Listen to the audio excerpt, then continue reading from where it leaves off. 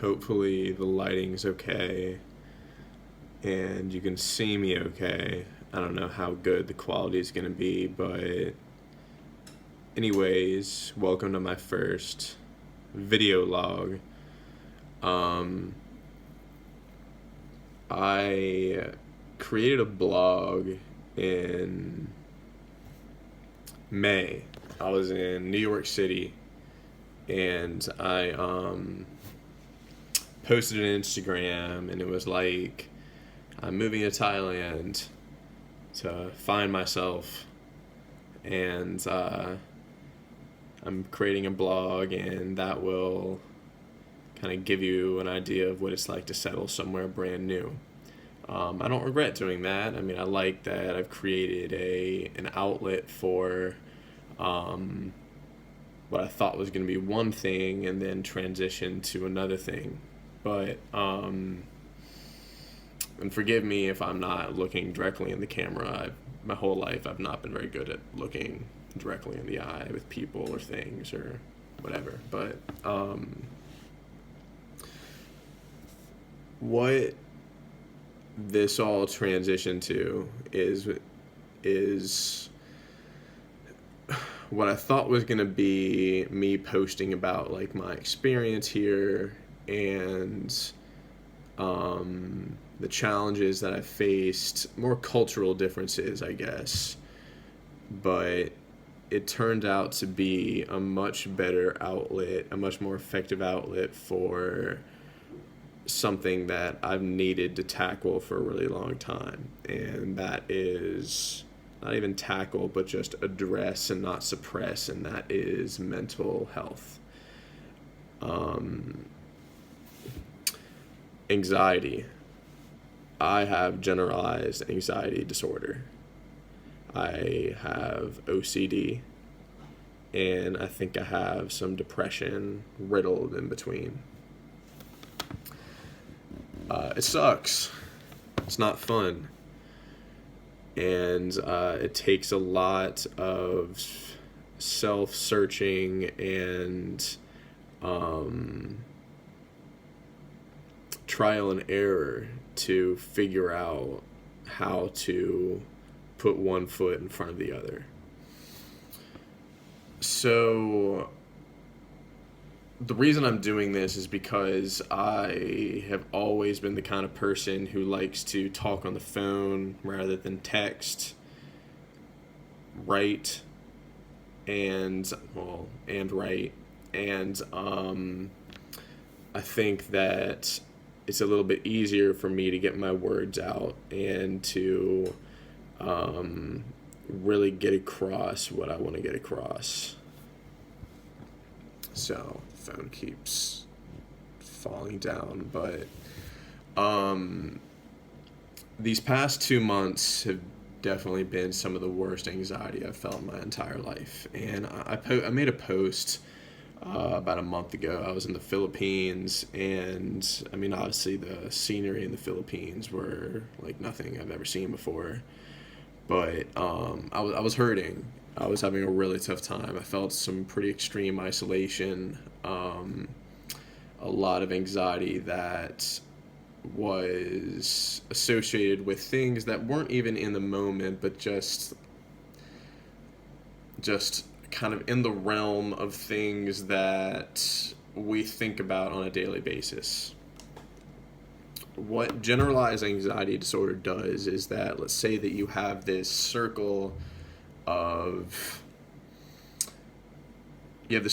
thoughts that you consider every single day, that, I mean, you carry with you every single day. You know that they're there, but you have them under control. What everyone experiences situational anxiety. Everyone does. And that's healthy. I mean, anxiety keeps us safe. But what can happen is one of those things that make up that circle gets closer and closer and closer to the point that it clouds your vision. And that's all that you can think about. And me talking about this, I don't want it to be a pity party by any means. I want this to be me explaining my experience, and hopefully someone seeing this can interpret it, relate, and know that this is not something that they're dealing with on their own. And that goes vice versa. A lot of the time I feel like I'm just alone in this hell that my mind can create sometimes. But anyways, your mind picks something, whether it be a trigger or whatever, and it brings this one aspect of this circle of thoughts that you carry with you every single day, and it brings it closer and closer and closer to the point that it clouds your vision. And what I can tell you right now is that what is clouding your vision is actually the furthest from reality. And I mean, anxiety, it's like it learns your brain. It's like it learns your worst fears. It learns your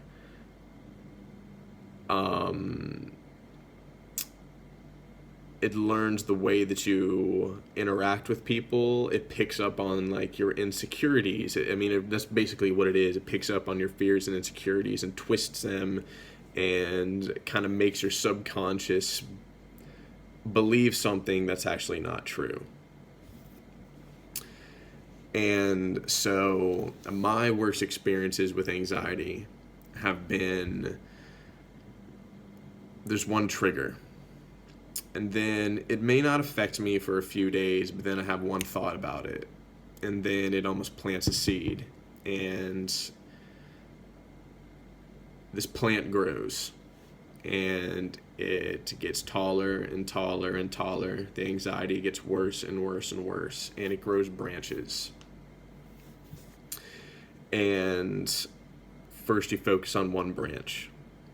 Then you analyze it to the point that you just mentally can't analyze it anymore until reaching mental exhaustion. And then you move to another branch. And then another branch might be created. And then you focus on that. You agonize over that. And then another branch, until it finally gets to a point where there is nothing else to worry about. So the reassurance that I can give, I'm not a mental health professional. I was raised by two mental health professionals. But what I can tell you is that it goes away. And nothing lasts forever. Good things don't last forever. Bad things don't last forever. But these experiences can be scary. They can be really, really scary. And a lot of the time, you feel helpless. You feel like you can't... you feel like this is never going to go away. Like, I'm going to feel this down. I'm going to feel this low. I'm going to feel like I don't want to get out of bed for the rest of my life. And that's not the case. But what I can tell you is how important it is to reach out. And I know that that is so much easier said than done. Because reaching out, I'm the kind of person, I'm a chronic overthinker. I look back at my childhood and I was constantly agonizing. What's this person going to think? What is this action going to create amongst other people? How is this person going to, I want to impress this person. So if I do this, how is this action going to affect the way that that person thinks about me? So, reaching out can be difficult. The topic could be pretty taboo. It could be embarrassing. It could be some sort of trauma. It could be anything that really just makes it uncomfortable to reach out to someone about. And again, I can't stress enough how important that is, because I have been surprised so many times by just in a certain moment just being like, hey, can I talk to you? And finding just a private room and being like, look, this is how I'm feeling. I'm having a really tough time and I don't know what to do. And I feel like there's no way out. And you're going to be really surprised the resources that people can provide. And it may come from the most obscure encounters or from people you would never expect have gone through the same thing or have solutions to the same problem. But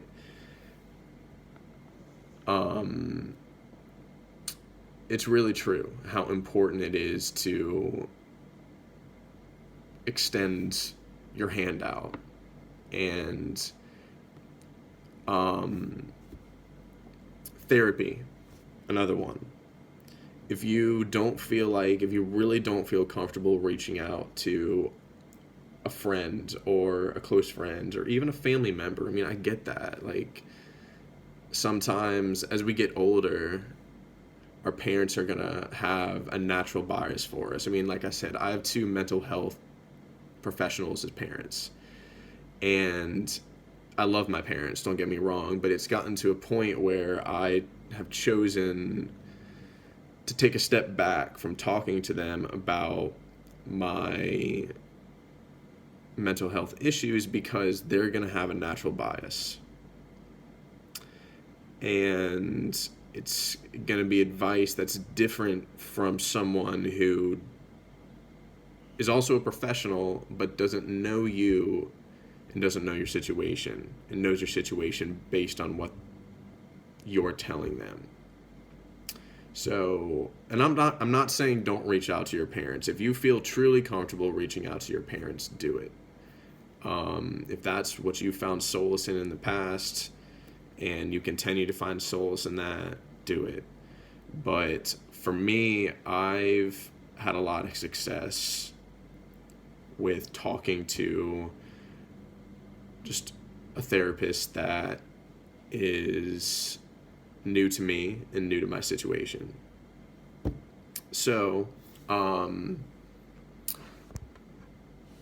with that being said, therapy is not going to be just magic dust and you feel better tomorrow, the next day. That's not the case at all. I mean, a lot of the time it's going to get worse before it gets better. Anxiety comes and goes in waves, very intense waves. Depression comes and goes in waves. And please comment, whatever, correct me if I'm wrong. I think that I'm still learning about depression. And I think I have anxiety pretty down pat. But anxiety comes and goes in really intense waves. And recovery is the same way. Recovery is going to be, you're going to feel great one day. You're going to feel really down one day. You're going to feel great one day. You're going to feel really down one day. But you're going to learn ways to train your brain to tell your subconscious, I think the best way to put it, to tell your subconscious that it's not always true. And that's not easy. Like, what your brain is telling you is not always true. You're not your brain sometimes. You really just aren't your brain sometimes. I mean, a lot of the time your brain can go into fight or flight mode. I'm a chronic overthinker. I may have just said that already. And so my head will naturally just jump to worst case scenario. And so what therapy can do is, hearing this from another person, is help train your brain to look at things from a different perspective. And while it is going to be like an up and down recovery, the the lowers are going to become less low, and the highs are going to stay pretty consistent, and then it's eventually just going to level out. So therapy is not easy. It really isn't. I mean, I've seen probably like 4 therapists, uh, and several of them I just stopped returning their calls because I didn't want to keep going. I didn't want to face um, I didn't want to face what I needed to face, and that's part of the process. That's part of growing up. I mean, I'm 25 years old, and there are times when I wish that I was introduced to a lot of this understanding of mental health when I was younger, 16, 17, pretty fragile phases of our lives where we're learning a great deal about ourselves, but in a different way. So, with all this, to whoever's watching this, I just want you to know that you never know what someone's going through.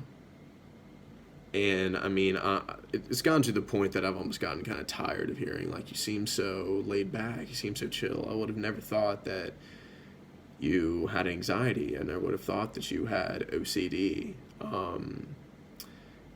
And OCD, for example, that's a whole nother topic.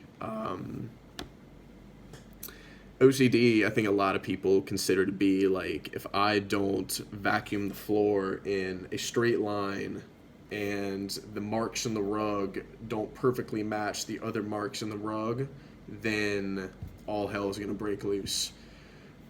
That might be one aspect. I don't know.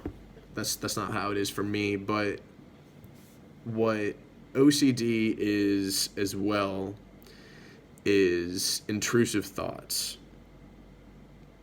So you think one thing, and then you suddenly believe that you are that thought.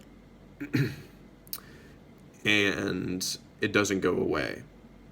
And as you continue to like suppress and push away these intrusive thoughts and feelings, they come back worse and worse and worse. And it can be debilitating. Like it really can be. Therapy, again, can really help with that.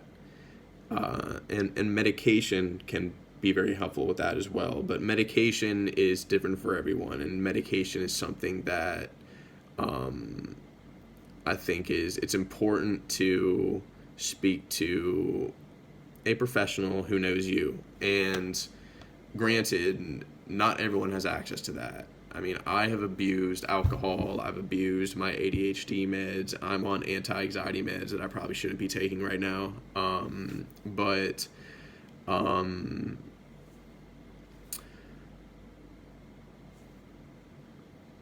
yeah, just be cautious when it comes to meds that you're given.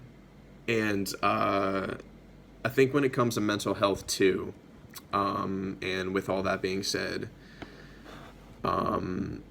it's something that you can overcome, and it's not something you have. It's something that you learn to deal with, and I think in a way you can use it as a platform. And I think that that's what I'm trying to transition from, is from being like a victim to understanding it and reaching out to find other people and individuals, whoever, who also can experience the same thing, and hopefully I can help them find some solace and help me find some solace too, because mental health doesn't have a face. I just said that people that seem so together, that seem so successful, so happy on a daily basis, you never know what's going on inside, because chances are they don't talk about it. And so keep that in mind. And um, trust yourself, know yourself, and know that when you're facing a dark period, when you're facing a time in your life where you feel like there's no way out, you feel like there's no one I can reach out to, first off, there is a way out. Secondly, there are people that you can reach out to. And I don't care if you don't, I mean, if you truly feel like there's no one you can reach out to that's close to you, I mean, I'm right here. I am always open to talking to anyone that needs it, because, like, it's important. I mean, words can change the world. So,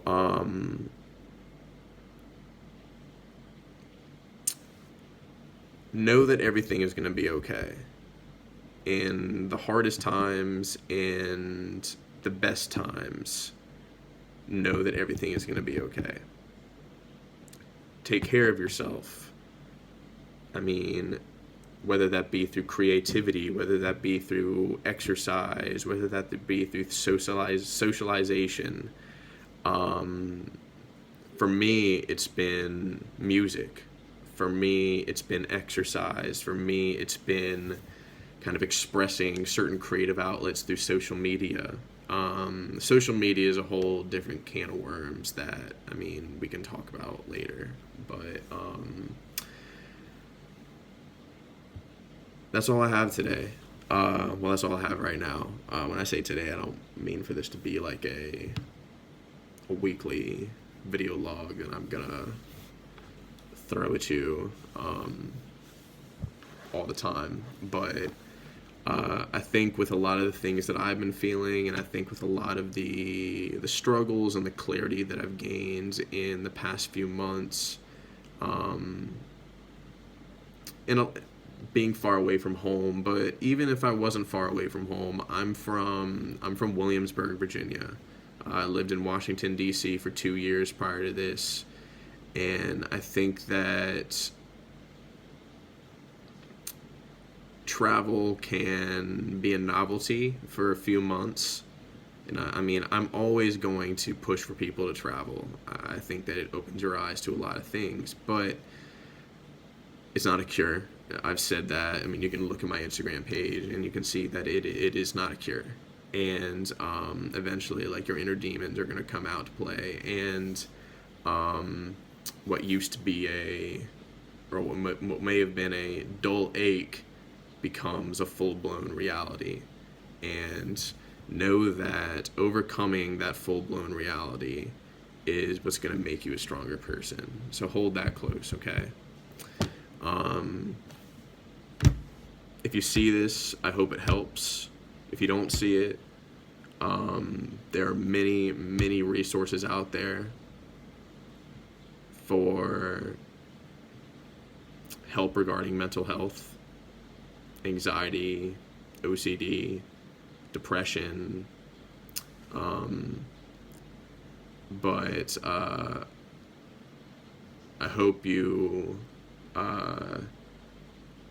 do hear me out, and that this is somewhat helpful. So it's around 8:30 at night here, Thailand time. So wherever you are, have a good night, have a good morning, have a good afternoon, and take it easy.